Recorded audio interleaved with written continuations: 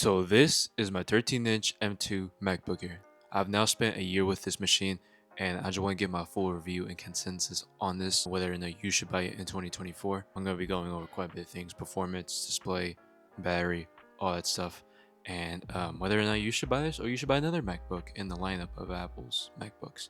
Performance on this MacBook honestly is really, I'm not going to get to the nitty gritty here. Just, this is going to be honestly the shortest MacBook review ever on YouTube. So the performance on here is great, super good.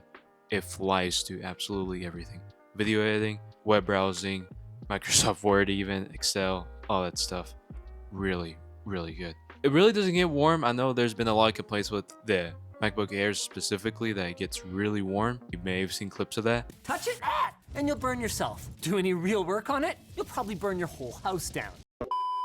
Overall, the performance of here is really good. If you're just a light user to medium user, this MacBook will fly through everything that you do on a day-to-day basis. So for me, after a year, incredible in terms of performance.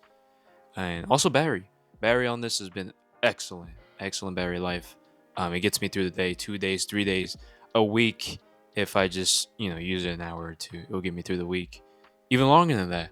But to be fair, I don't really use it that much like that. I don't use it 5 hours a day or anything like that. So it's been really good, honestly. Display also incredible display. It's LCD, it's not OLED or mini LED or anything like that. It's also 60 hertz, not 120. But this is a really good display considering it's an LCD display. Pretty much corner to corner with that notch. I've gotten used to it. It was annoying at first, but it blends in the background. I don't really notice it.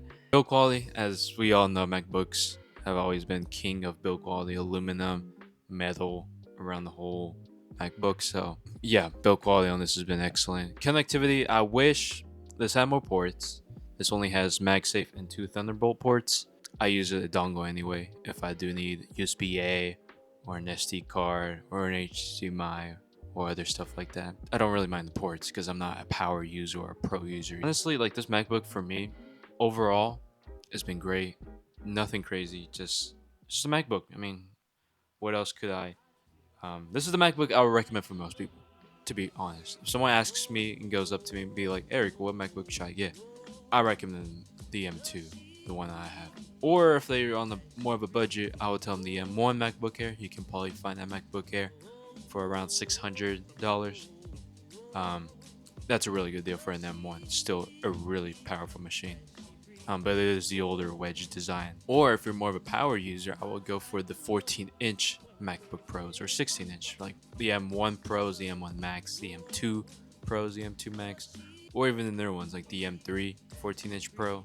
All of those options are great. But other than that, though, that's pretty much it. I mean, like I said, this is the shortest MacBook review of all time. You've probably seen too many MacBook reviews at this point. So overall, I'll give this MacBook, on a scale of 1 to 10, I'll give it like a 9 out of 10. 9 out of 10. The only reason I'm not giving it a 10 out of 10 is because it doesn't have 120 hertz, but it's a MacBook Air. So yeah. So hopefully you all enjoyed this video. Follow me on Instagram and subscribe for more.